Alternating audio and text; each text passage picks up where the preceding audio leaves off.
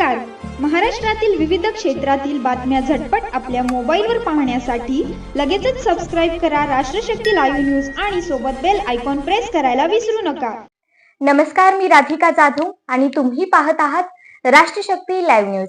इथे बातमी केवळ सांगितली जात नाही, ती समजून घेतली जाते. इंदापूरमध्ये भाजपची पुनर्रचना सुरू. फडणवीस थेट मैदानात. पुणे जिल्ह्यातील अत्यंत महत्त्वाचा भाग म्हणजे इंदापूर विधानसभा मतदारसंघ, जेथे काही वर्षांपूर्वी माजी मंत्री हर्षवर्धन पाटील यांनी भाजपला रामराम ठोकवत शरद पवारांच्या बाजूने उडी घेतली. त्यामुळे निर्माण झालेली पोकळी आता भाजप भरून काढण्यासाठी पुन्हा सक्रिय झाली आहे. फडणवीसांची रणनीती प्रवीण माने यांना गळाला लावलं. शुक्रवारी पालखी सोहळ्यानिमित्त पुण्यात आलेले मुख्यमंत्री देवेंद्र फडणवीस रात्री उशिरा एक महत्त्वपूर्ण भेटीसाठी ती भेट होती प्रवीण माने यांची. याचवेळी दौंडचे आमदार राहुल कुल, सोनाई उद्योग समूहाचे प्रमुख दशरथ माने, इंदापूर बाजार समितीचे माजी सभापती मयूरसिंह पाटील आणि इतर नेते उपस्थित होते. प्रवीण माने स्वबळावर 38,000 मते मिळवणारे अपक्ष.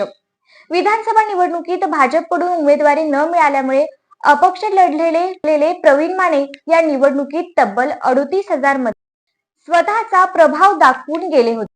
भाजपला इंदापूरमध्ये पुन्हा उभारी देण्यासाठी माने हे एक मजबूत पर्याय म्हणून पुढे येत आहेत.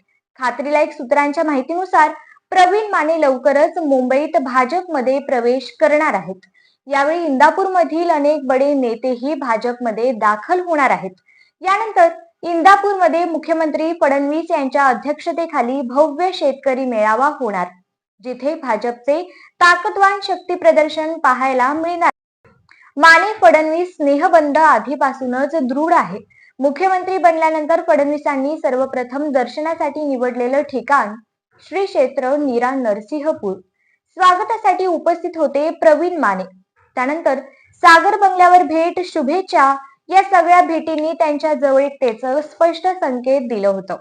राष्ट्रशक्तीचा स्पष्ट सवाल आहे की हर्षवर्धन पाटील यांनी सोडलेली जागा आता प्रवीण माने भरू शकतील का?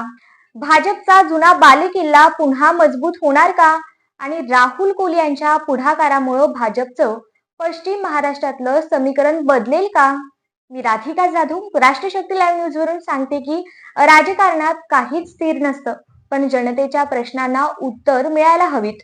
राष्ट्रशक्ती इथे राजकीय हालचालींचा मागोवा घेतला जातो आणि लोकहिताला केंद्रस्थानी ठेवून प्रश्न विचारले जातात.